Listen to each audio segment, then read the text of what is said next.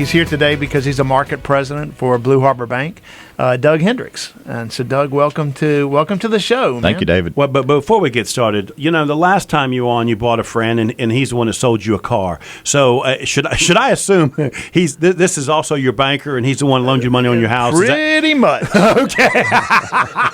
I lend him all the money he loses to John Koppelmeyer. Which I think I owe $10, on my bets last week. And Well, Doug, thank you so much for being on. I really do appreciate it. I've got a couple of friends in your bank, and I've sort of watched this bank grow over the years. And when I mean it is a small business bank, I genuinely mean that. I mean, this is what I do for a living is deal with a lot of banks, and you can imagine the phone calls I get on a daily basis from people. And I'd love for you to talk about Blue Harbor and sort of how it got started. Kind of start them off on what this is all about, because when I say it's a small business bank, it's built on the backs of a vision of small business people. Can you talk a little bit about that? Certainly. We it really has been an amazing opportunity. The bank was founded by right here in Mooresville in Iredell County, and a ton of stockholders from the Statesville, Mooresville, North Iredell area. And it was founded in 2007. We opened the doors in 2008, which those people out there that remember the recession we came through know that it started in 2008. So the bank was founded right in the midst of the recession, and has just after about 3 or 4 quarters, we became profitable and have been profitable ever since. Which I don't know that there's another bank in North Carolina that could say that. Maybe there are, but we're one of the strongest banks in North Carolina with our capital ratios, things of that nature.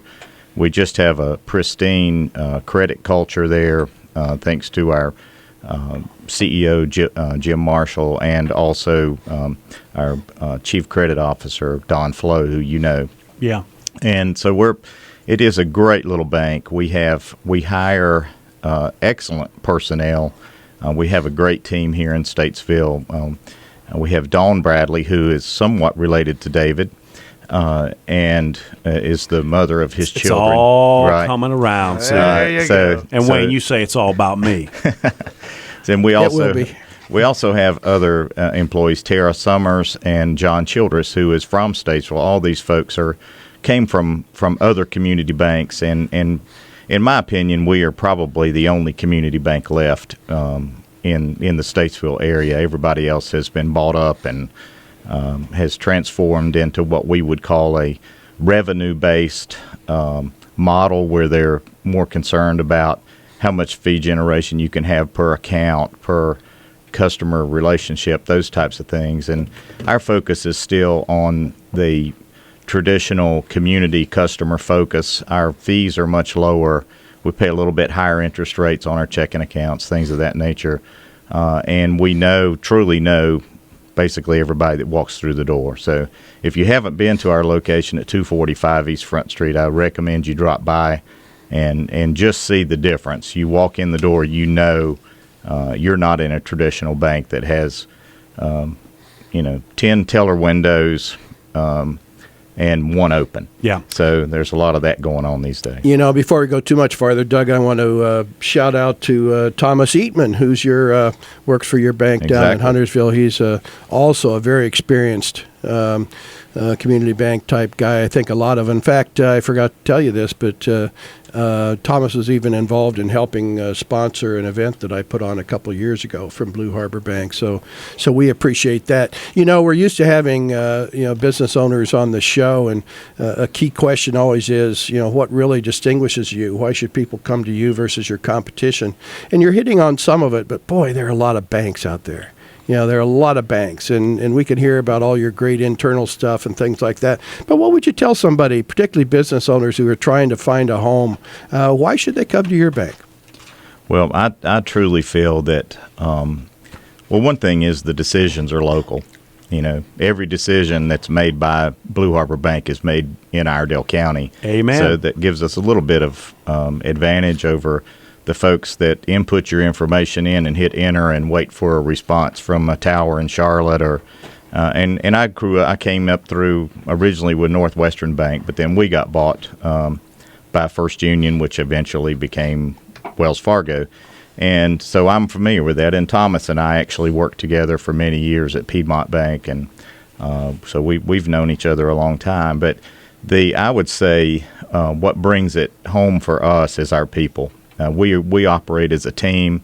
When you bank with Doug Hendrix, you bank with Dawn Bradley. Yeah, you bank with Tara Summers, you bank with John Childress, and you bank with our whole group in Mooresville. So we have everything is compressed here. If we need help, we get one. We make one call. The one thing I would really like to say is, and you read it earlier in your article, is about the service and empowering your employees. Well, one thing Jim Marshall has done is we don't have tellers and customer service people and 800 numbers and that kind of thing. If you have a problem, if you lock yourself out of your online banking, things of that nature, you call Dawn Bradley and she can handle it. I mean, she handles opening the accounts to servicing the accounts. She does not have to pick up the phone and call an 800 number or have you call an 800 number to resolve an issue with your debit card, with your online banking, with your checking and savings account. So he has empowered the people that touch the customer the most often to be able to handle every issue the customer could have. And I love that. Yeah, well, and it actually shows because the clients actually believe they're being served. The customer service aspect of banking has really gone away. And in fact, they've tried to create as many ways as possible for you not to touch a human and talk to a human in banking now. And you guys have made sure that's the case. Now, Wayne, the evidence of that and why this is my favorite bank of all times is because when you walk in the door, they offer you a free, delicious cup of coffee. I saw that on their website. So, now, I'll tell you, the only thing we got to get them to do is change to black powder coffee. Now, if we can get them to start selling black powder coffee, because black powder coffee, what is it? It is delicious.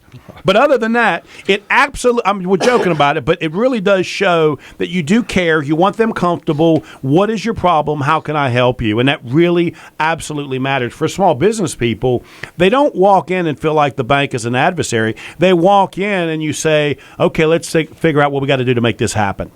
That's true. And you can't solve every issue a customer may have, but you can help them find solutions. And it may not be Blue Harbor Bank. It may be someone else that is the best solution for them. It may be the SBA or some other opportunities. But I feel that we have such experienced bankers that can help you navigate through help those business owners through those issues.